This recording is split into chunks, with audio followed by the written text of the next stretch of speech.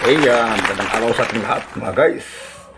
So today's video, meron tayong mga problema guys sa ating cellphone na hindi natin maagapan guys. So dito sa aking video tutorial, ito ay ma-resolve guys. So isa sa mga problema natin guys, ang tungkol sa mga moving sa ating cellphone.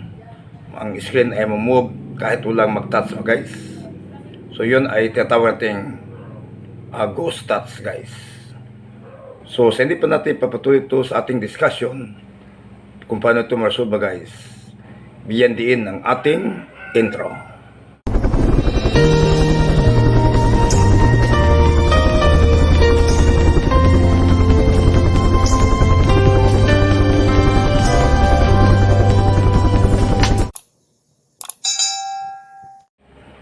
Okay, hi, hello, good morning. So ito guys, ang ating video tutorial tungkol pag-resolve sa ating mga Android phone na nagkaroon ng mga flickering, mga moving screen mga guys, na kahit hindi natin pinipindot, ito ay nag-move guys. Napindutin ng iba pero may iba namang ano sa screen mga guys. So yun talaga ang dapat nating asahan guys. May mga dahilan na ang ating cellphone andyan lang sa Android na sa mga screen, no, sa mga LCD. So nandyan ang problema guys. Kaya nagkaroon ng mga resulta ang pag-flickering, moving screen mga guys. Na-move siya kahit walang nagpindot. Yan ay tawag na ghost touch mga guys. So maraming mga dahilan na nagkaroon ng ghost touch ang ating cellphone. Mag-move lang siya na move na walang kahit hindi tinatouch. May mga hindi makita na parang nag-touch mga guys. Yan ay tawag na ghost touch. So may mga dahilan tulad ng nahulog yung cellphone. So naano yung screen na parang nagalaw ang screen mga guys, ang LCD screen.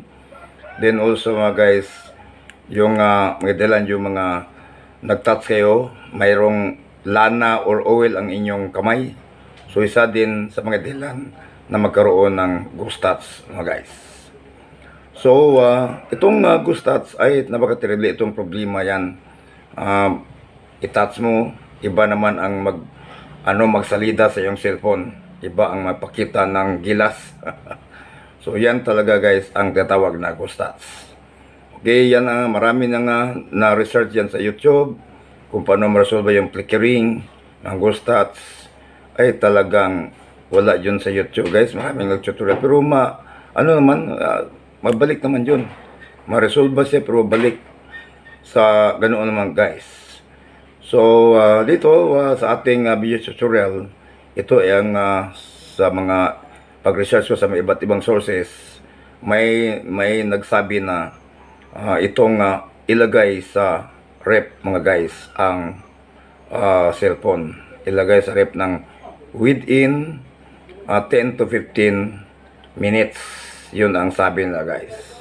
So tingnan natin ang video tungkol sa paglagay ng cellphone sa aking cellphone mismo yan sa freezer ng refrigerator.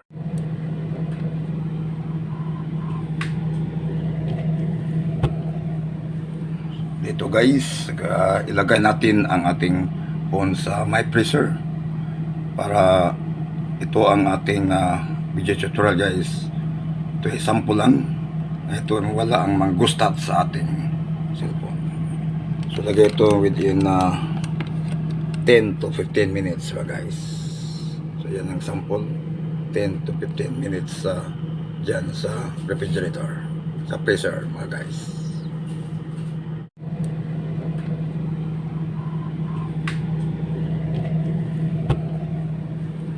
Dito guys, ilagay natin ang ating phone sa my freezer para ito ang ating video tutorial guys. Ito ay sample lang. Ito wala ang mga ghost touch sa ating cellphone. So lagay ito within 10 to 15 minutes guys. So yan ang sample, 10 to 15 minutes dyan sa refrigerator, sa freezer mga guys. Okay, so sa paglagay guys ng within 10 to 15 minutes diyan sa freezer sa ating talagang luwamig ang ating cellphone doon, no? Ilagay diyan, then talagang makita natin guys ang mga after 10 to 15 minutes atin naman tanggalin ito guys. Then mga ati itong punasan. So tingnan natin ang video tungkol sa pagpunas, demonstration sa pagpunas ng ating phone mga guys. Okay, paggaling sa rep guys, punasan natin ito ang ating cellphone para mawala ang kanyang mga basa-basa.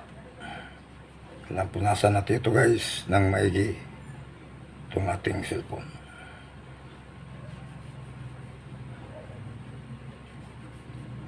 Saka natin i-on mga guys ito ang ating cellphone. Punasan ng maigi. Makuha ang ating mga basa-basa nito. Ito mga guys. Okay, ito ay sample demo lang mga guys.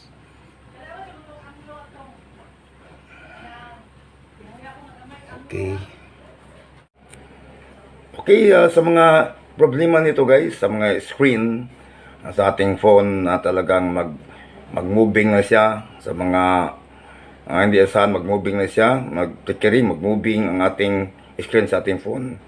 Yan talaga ang resulta guys na problema yon. Pero itong solusyon, tingnan natin kung ito ba epektibo sa ating ginagawa guys. Nailagay sa refrigerator ang ating phone ng 10 to 15 minutes. I-off yun guys, i-off. Kailangan i-off ang ating phone. Hindi kaagad ilagay doon na hindi na off. Kailangan i-off ang ating cellphone. Yan sa 10 to 15 minutes yan sa ating refrigerator. Sa my freezer mga guys.